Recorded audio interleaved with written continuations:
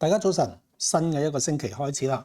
今朝早同各位找數嘅，咁過去嗰個週末最多人喺我 YouTube 頻道裏面投票，選出最想我今個星期為各位重點分析股份咧，係華虹宏力，以前叫做華虹半導體啦，而家叫做華虹宏力半導體1347，喺131.1呢個位咧暫有支持嘅。咁今朝早最新嘅消息就係香港時間5點半，美國總統特朗普就宣布就呢個同伊朗就達成咗協議啦。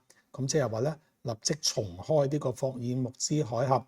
咁就佢亦都係解除咗個嘅即係 double blockade 啊，即係嗰個美國海軍嘅封鎖嘅。咁睇下伊朗嗰一邊會講啲咩嘢，因為美國總統特朗普講嘅一個人講嘅啫，就係大家都慣咗唔係好信㗎啦。不過咁喎，今次就好似真啲喎，一陣間好快就會知道嘅情況。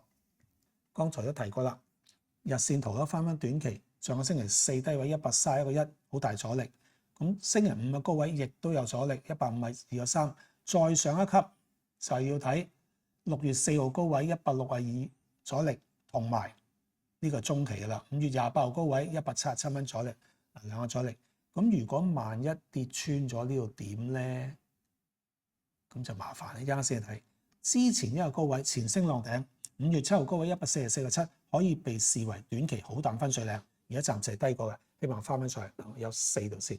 當然你再劃位都仲有嘅，譬如話呢一個啦，好明顯隻腳咁長嘅低位，5月22嘅低位122.8啦，同埋最差嘅中期咧支持就5月19號低位109蚊。呢1、2、3、4、5、6、7條線，而家我哋喺中間，究竟向邊邊咧？咁大家繼續留意啊，好可能係反覆橫行嘅啫，或者反覆偏好啦，轉翻好啦，投資氣候好翻啲嘅就咁樣睇法。咁除此之外咧，我哋仲有另一個睇法嘅，另一個睇法咧，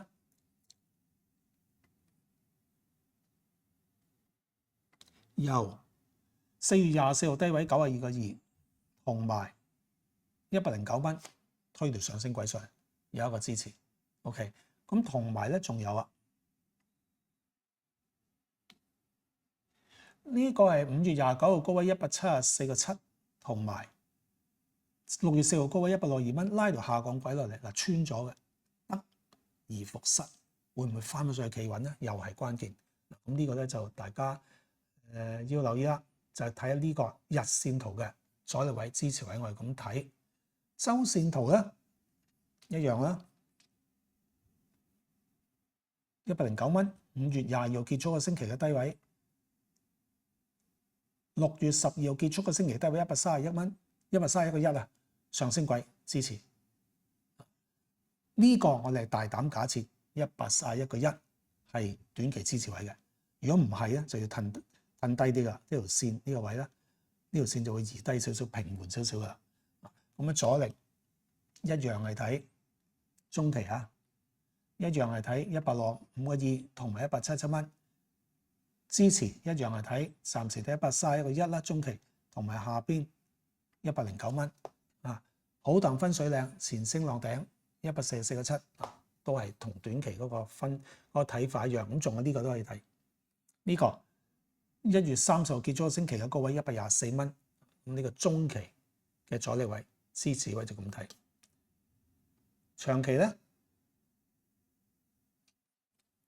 177啦，當然係呢個124啦。我係暫時睇呢兩個位都夠㗎啦，長期因為佢仲係向好微勢，呢兩位呢個範圍之內。好啦，呢個範圍之內，我仲要睇多個就上個月嘅陽燭新區中間位，咁我又同大家計咯，好似頭先計咗㗎啦，咪係啦，計咗㗎啦，再計多次啦，115.4。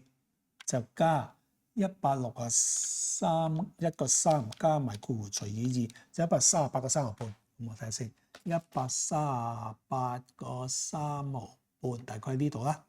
呢個咧就好長期嘅好淡分水嶺啦。咁個形勢就咁樣，都好清楚啦，係嘛？